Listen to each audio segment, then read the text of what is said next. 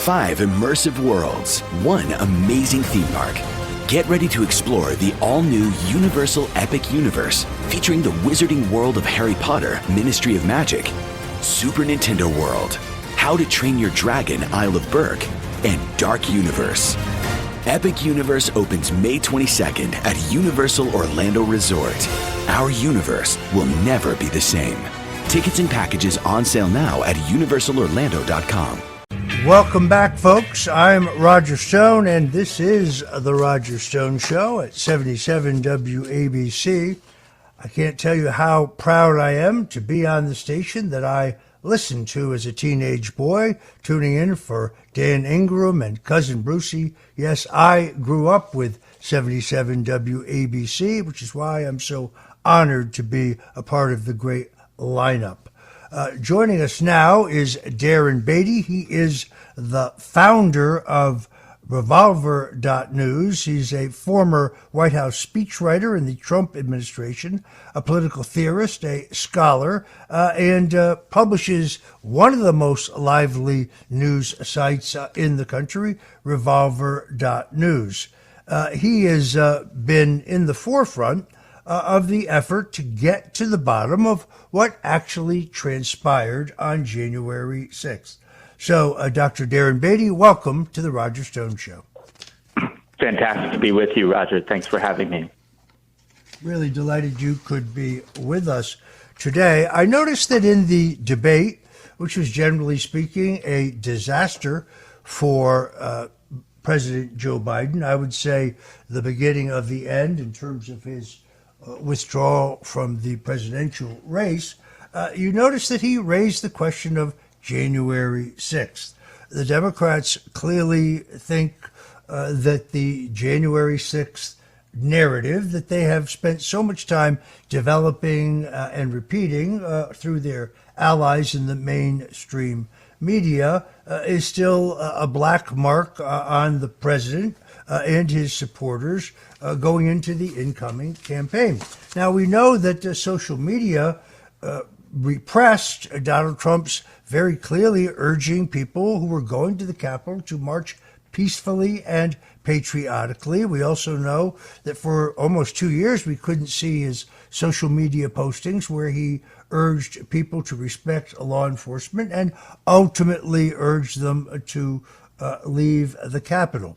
So let's start with the macro and work back to the micro, because you have stunning new information regarding the 2 pipe bombs, specifically in this case the pipe bomb that was planted near the Democrat National Committee and Kamala Harris's own Secret Service detail. But let's start with the larger question.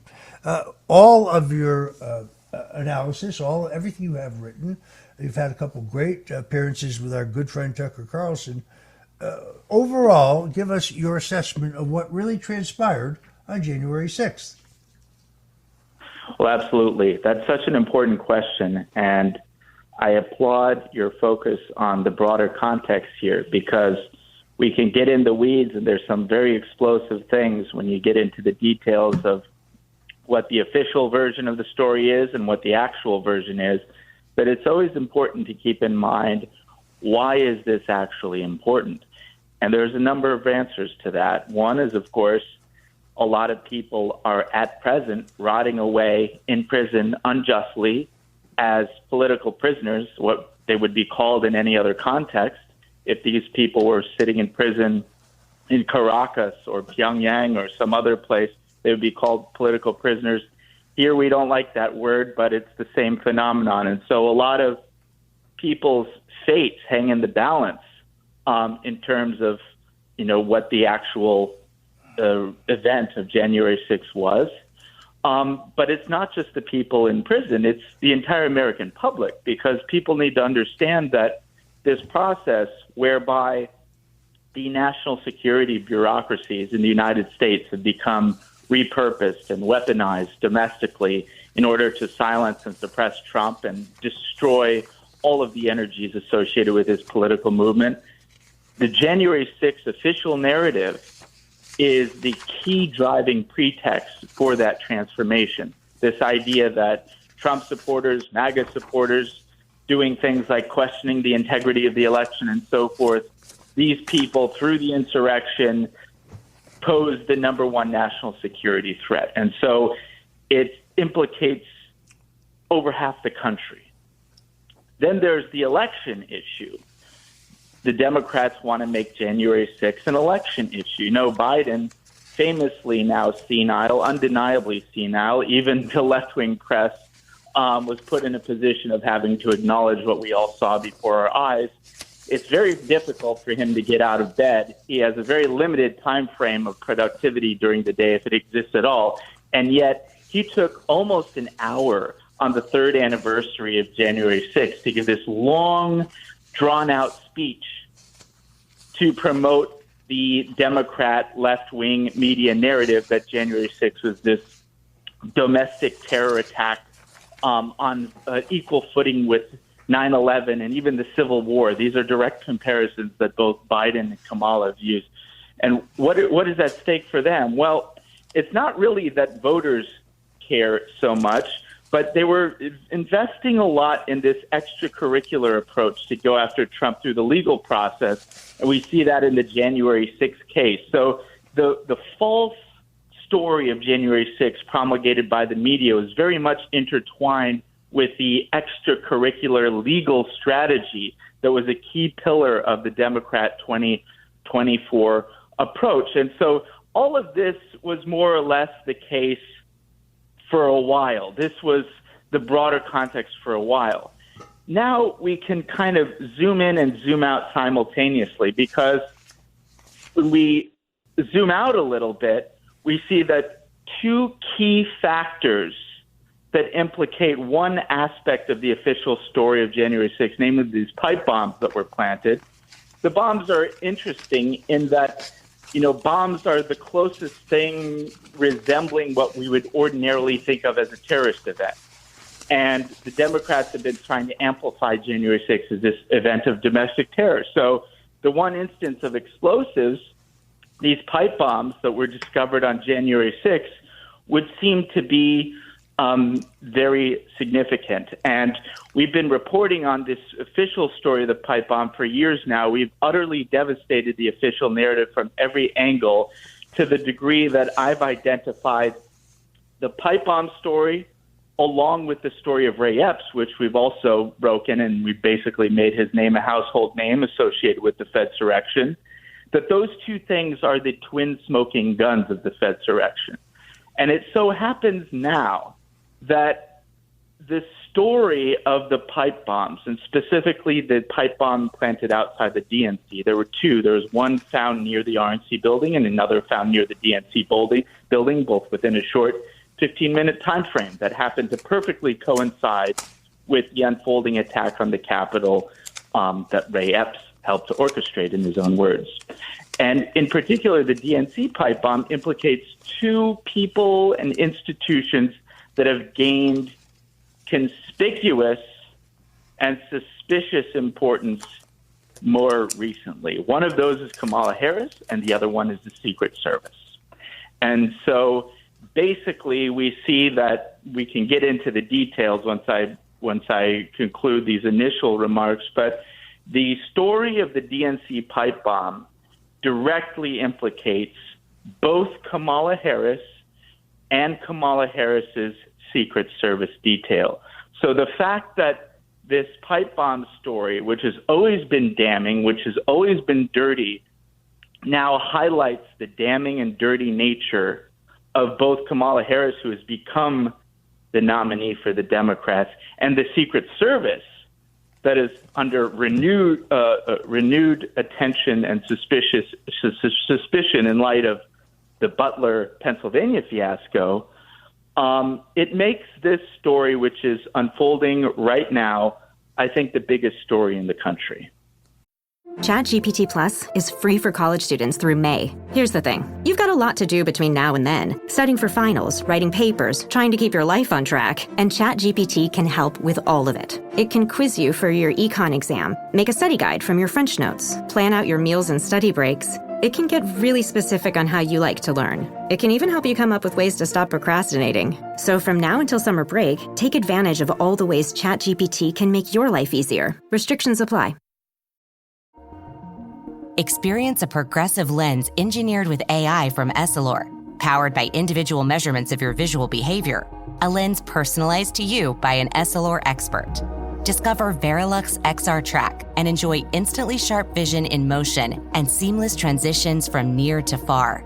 Find your local Essilor expert today at Essilor.com. Shopping is hard. I can never find anything in my size. I don't even know my size. I buy my clothes the same place I buy my groceries. There's a better way. Make it easy with Stitch Fix. Just share your size, style, budget, and done. Your personal stylist sends pieces picked just for you. That was easy. Stitch Fix. Online personal styling for everyone. Free shipping and returns. No subscription required. Get started today at stitchfix.com. This episode is brought to you by Factor. Optimize your nutrition this year with Factor, America's #1 ready-to-eat meal service. Factor's fresh, never-frozen meals are dietitian approved, ready to eat in just 2 minutes. Choose from 40 weekly options across 8 dietary preferences like Calorie Smart, Protein Plus, and Keto. Eat smarter at factormeals.com/listen50 and use code listen50 for 50% off plus free shipping on your first box. Factormeals.com/listen50. Code listen50. Terms and conditions apply. Folks, if you're just tuning in, this is the Roger Stone Show. We're talking to Darren Beattie, the founder of Revolver.news, and we are going to be taking your phone calls in the very next segment. That number, 800-848-9222, 800-848-9222.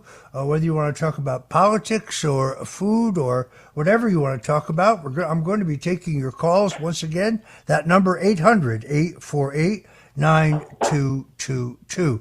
Darren, let's get into the pipe bomb. For those who may not be up to date on the story, there were pipe bombs planted both at the Republican and Democrat National Convention, committees on January 6th, on or before January 6th. But those who were in a position to formally investigate have never come through with an explanation of where these pipe bombs came from. So lay this out for us. And now the most damning part seems to be the involvement of the Secret Service detail assigned to Kamala Harris. Absolutely. So again, I understand not everyone's deeply familiar with that, so I'm just going to cover some of the basics. And the further we go in, the more startling and really scandalous this becomes. And people are interested in the full story because we go way back years now covering every damning aspect of this. Go to Revolver.news, where the top story right now is the latest one that we're going to get into. But as generally, the lay of the land is as follows. According to the FBI, according to everyone, according to surveillance footage that was released, somebody planted a pipe bomb near the RNC. It's called the RNC pipe bomb, but in fact it was planted behind a trash can in a back alley by the Capitol Hill Club. So we call it the RNC pipe bomb, not because it's associated with the RNC, but because once the DNC pipe bomb was discovered, there was kind of a retroactive parallelism that said, okay, one is at the DNC, one is at the RNC. And that becomes important as we get into the story. But there was one pipe bomb planted in a back alley behind a trash can near the RNC. And there was another pipe bomb planted, much more conspicuously so, by the foot of a bench right outside of the DNC building by a parking garage entrance. And to repeat that, they were both planted the evening before, between, say, 7 and 8:30 p.m. on the evening of January 5th. Now, the circumstances under which the RNC pipe bomb and the DNC pipe bomb were discovered, each independently, is so infinitesimally implausible as to beggar belief. And yet, these two independent implausible events had to occur simultaneously in order for the official version to make sense. So here's what happened briefly at the RNC building, because that was the pipe bomb that was discovered first. This pipe bomb was lying behind a trash can in a back alley for over 16 hours undiscovered, only to be randomly stumbled upon by a woman, Carlin Younger, who reported that she found the pipe bomb at 12:40 p.m. She alerted security personnel, and the Capitol Police began responding at 12:50. Keeping this timeline in mind, the Capitol Police began responding to that RNC pipe bomb at 12:50. The Ray Epps orchestrated breach, which was the initial and decisive breach at the west perimeter of the Capitol that kicked everything off, that happened at 12:53. So the Capitol Police respond to this first discovered pipe bomb at 12:50. The Ray Epps breach begins at 12:53. Now, fast forward to 1:05, barely 15 minutes after the Capitol Police respond to the RNC pipe bomb, a plainclothes Capitol Police officer just randomly stumbles upon the pipe bomb at a bench right outside of a parking garage at the DNC building. Now, the synchronicity here is part of the smoking gun, because you really have to digest the fact these two pipe bombs, the RNC and DNC pipe bomb, had been sitting around in their respective locations undiscovered for nearly 17 hours, only to each independently having been discovered within a 15-minute time frame that happened to perfectly coincide with the unfolding attack on the Capitol. And that synchronicity is critical, because an official version of events for why the Ray Epps breach at the west perimeter was able to take place in the first place was that they had fewer resources, law enforcement resources, because all of their personnel were redirected to address the pipe bomb. And in fact, in a January 6th report, the official report, you have people on record as having said they wanted to deliver more of those bike barriers, those bike rack barriers that you saw in that sort of breach footage at the west perimeter, but they weren't able to deliver it because, oh, shucks, there was all the commotion going on with the pipe bomb. So that perfect synchronicity there is key to the story. The pipe bombs were lying there undiscovered, both of them, and they were both discovered after 17 hours within a 15-minute time frame, perfectly coinciding to the unfolding attack of the Capitol. What are the chances? And in fact, the synchronicity was so remarkable that former head of the Capitol Police, Steve Sund, said those pipe bombs were never even meant to go off. They were never even meant to detonate.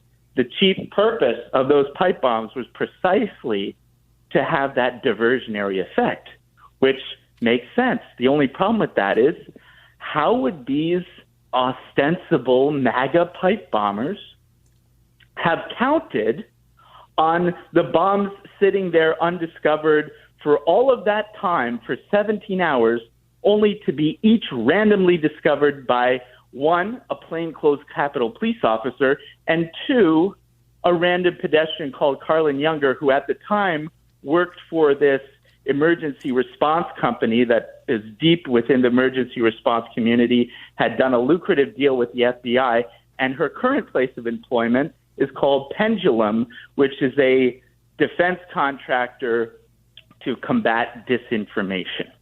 So interesting details there.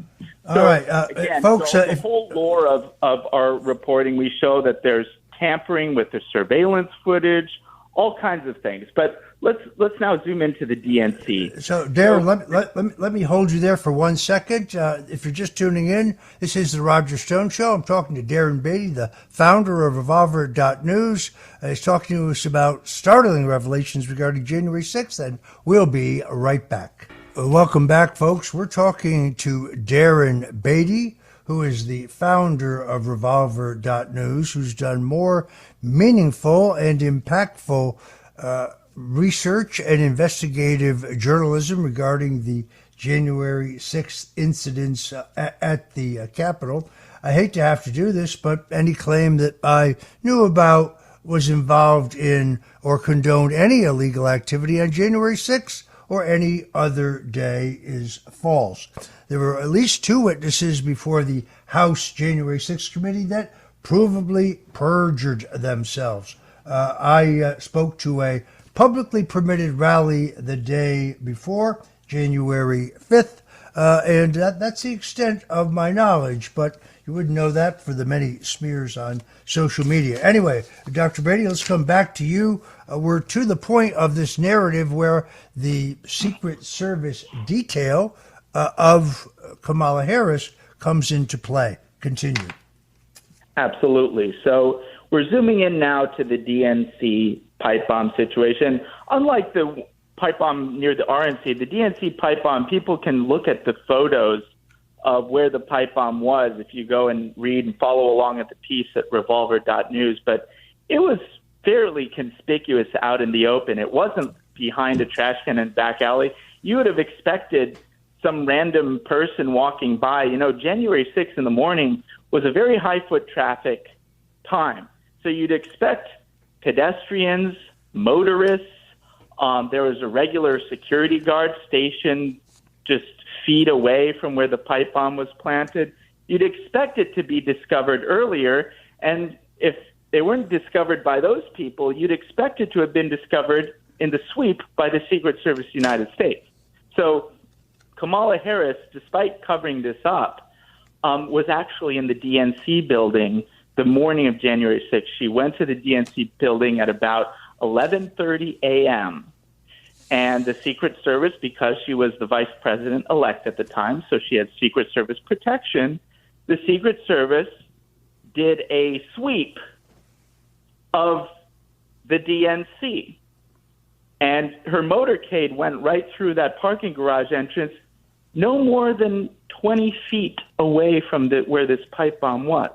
Now, this report is now public, this OIG report. At the time we published this piece, it was not public, but the OIG report confirms that Kamala Harris's motorcade went within 20 feet of the pipe bomb, and it confirms that the Secret Service did do a sweep of the area the morning of January 6th, around 11:30, and there were not one but 2 Secret Service agents with 2 canines. So you have 2 Secret Service agents sweeping that area with canines.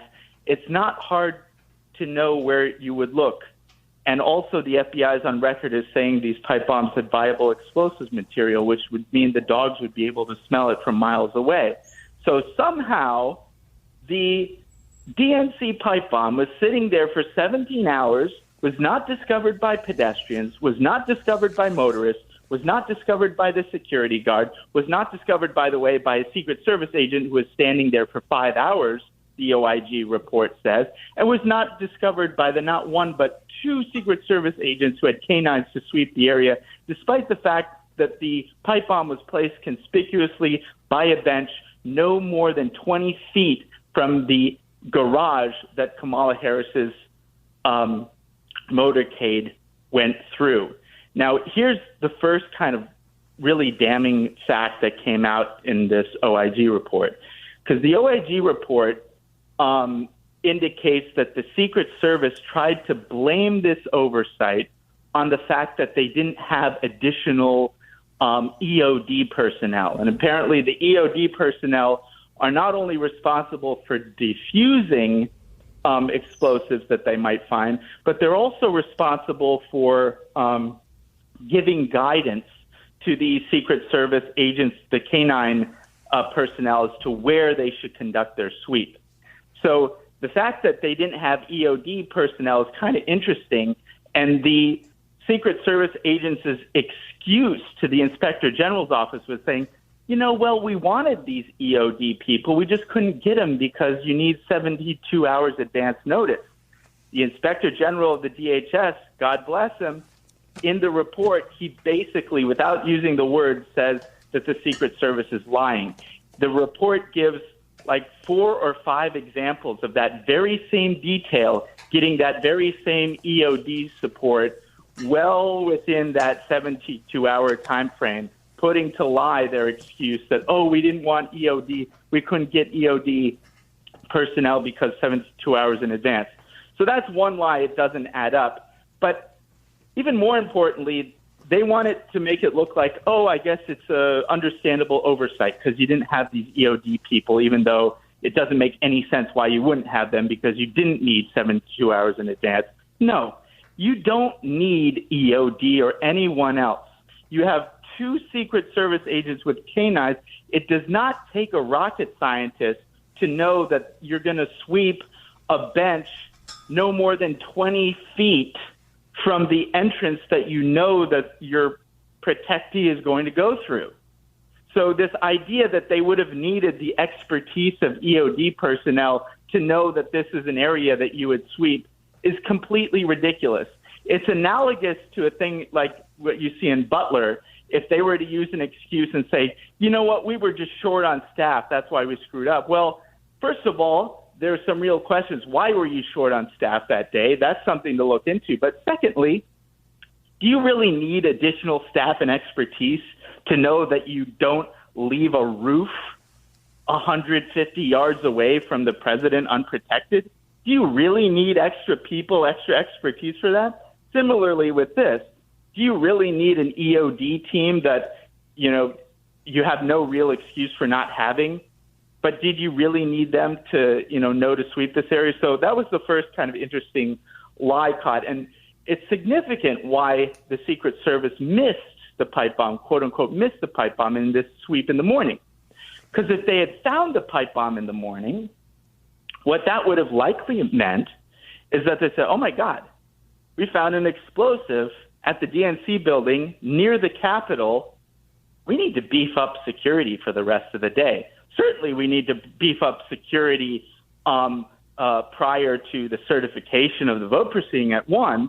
And so it's very possible that if this pipe bomb had been discovered well before the 1 p.m. certification proceeding, well before the Ray Epps orchestrated breach at 12:53, there would have simply been more security there that would have prevented the event from unfolding the way it did. In order to have that excuse, that synchronicity of, oh, we weren't able to protect the Capitol because our resources were diverted to the pipe bomb, you have to be much closer to that 1 p.m. time frame. So you've got to conveniently miss the pipe bomb in that initial morning sweep, which is, of course, what the Secret Service did. Now, if our last bombshell report on the DNC pipe bomb, it shows the surveillance footage of the pipe bomb actually being discovered at 1:05 p.m. And that's remarkable in its own right. Again, this is not this story, but for people just learning about this for the first time, go to revolver.news and read our story, our first story on the Secret Service and the DNC.